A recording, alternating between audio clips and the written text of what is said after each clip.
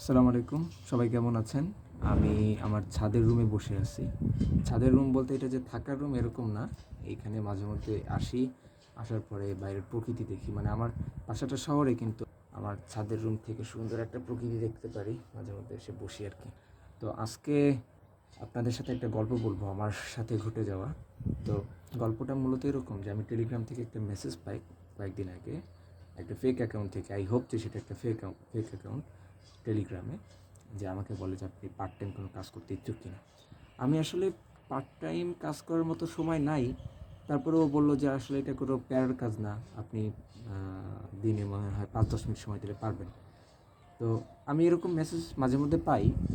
তো ভাবলাম যে হ্যাঁ বলে দেখি কী হয়। পরে হ্যাঁ বললাম। পরে একটা আরেক জায়গায় রেফার করলো আরেকটা আইডিতে।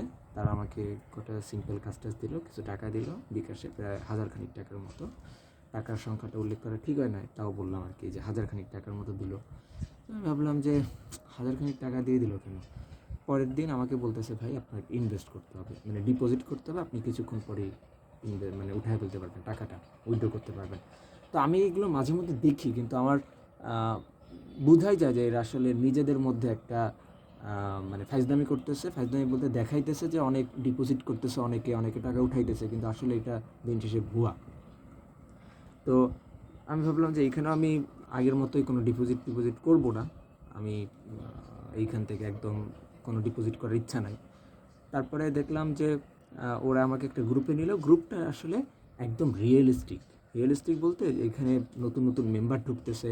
হ্যাঁ, তারা তাদের মানে ব্র্যাক ব্যাংকের যে অ্যাকাউন্ট, তারপরে বিকাশ অ্যাকাউন্ট থেকে যে সরাসরি দিচ্ছে, এগুলো আবার টাইম দেখা যাচ্ছে।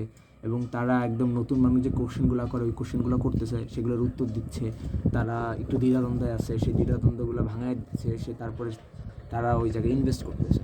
তো আমার কেমন জানি মনে হলো যে কাইন্ড অফ এটা রিয়েল বলতে এটা কয়েকদিন পরে অবশ্যই স্ক্যাম করবে, কিন্তু ইন দ্য মিন টাইম এখন হয়তো এটা রিয়েল। যেহেতু আমার সামনেই অনেকেই করতেছে আমার মতোই ঢুকে গ্রুপটার মধ্যে, এবং গ্রুপের মধ্যে সবাই ইন্টারাকশন করার জন্য ওইটা ওপেন করা ছিল, অন্য সব গ্রুপে এগুলো ওপেন করা থাকে না। তো ওভারঅল মনে হলো, এবং মেম্বারও কম, 50 জনের মতো মেম্বার, সবাই মোটামুটি আপনার ইনভেস্ট করতেছে, এবং বোঝা যাচ্ছে এটা রিয়েলিস্টিক, ফেক মনে হচ্ছে না। তো আমি ভাবলাম যে কিছু টাকা পাইছি আমি, ওরা বললো যে কাইন্ড অফ টাকা আপনাকে ইনভেস্ট করতে হবে। তো আমি ইনভেস্ট করলাম। ইনভেস্ট করার পরে আসলে আমি বুঝলাম যে এরা আসলে ফেক বলতে আমাকে যে একদম মেরে দিছে এরকম না। তারা তাদের মতো আছে, তারা বলতেছে ভাই আপনার আরও, আপনি ভিআইপি লেভেল 2-তে গেছেন, 3-তে গেছেন, এখন আপনার আরও ইনভেস্ট করতে হবে। তো আমি আসলে ইনভেস্ট করার বলতে আমি ভাবছি যে না, এরা আসলে কোনোভাবেই টাকা দিবে না, উল্টা আরও আমার কাছ থেকে নিয়ে আমার কাছ থেকে বড় অংশের টাকা নিয়ে তারা চলে যাবে। পরে কী করলাম, আমি 999-এ কল দিলাম। তো 999 কল দেওয়ার পরে ওরা বলতেছে তাহলে আপনারা সাইবার সিকিউরিটি টিমের সাথে কথা বলেন। ওই নাম্বারটা দিল, একটা গ্রামীণ নাম্বার। সেখানে কথা বললাম। তো একজন অফিসার ধরলো আর কি। আমার মনে হয়েছে যে সে অফিসার। তো সে আমাকে এরকম আমি তাকে খুলে বললাম আর কি বিষয়টা, যে আমার সাথে এরকম হয়েছে এবং অনেকের সাথেই হচ্ছে। তো বলল কি যে তাহলে আমি কী করতে পারি আপনার জন্য। তাই আমি বললাম যে ভাই আপনি যদি আমি তো একটা নাম্বার থেকে টাকাটা পাঠাইছি, একটা নাম্বারে পাঠাইছি, ওই নাম্বারে যদি আপনি একটু হুমকি দিয়ে বা কাইন্ড অফ কোনো কিছু করে টাকাটা বের করে নিয়ে আসতে পারেন। তারপরে আমার কাছে জিজ্ঞেস করলো যে অ্যামাউন্টটা কত। আমি বললাম যে আসলে ওই বেশি না, 5-7 হাজারের মতো।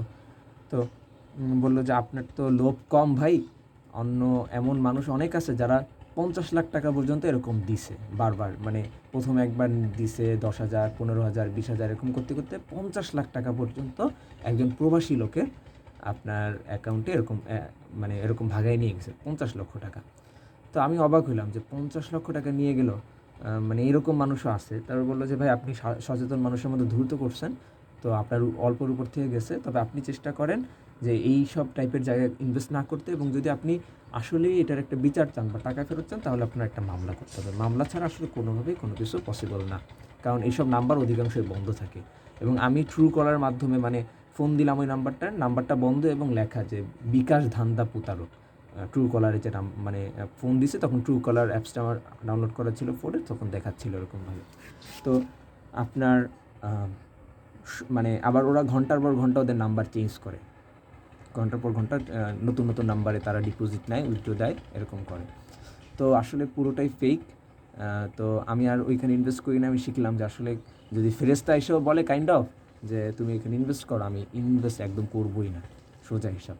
তো কী বলবো আর, আপনারাও এই ব্যাপারে ইনভেস্ট দেওয়ার ব্যাপারে খুব খেয়াল রাখবেন। আরেকটা বিষয় হলো যে উনি বলল পুলিশ অফিসারটা যে আপনি যদি কোনো প্রকার আইনি পদক্ষেপে যান, মানে মামলা করেন, মামলাটা যদি আপনি করে ফেলেন তাহলে আমরা 3-4 মাসের মধ্যে হইলেও আপনার টাকাটা ফেরত আনতে পারবো, সমস্যা নেই, আমরা ওটা বের করতে পারবো।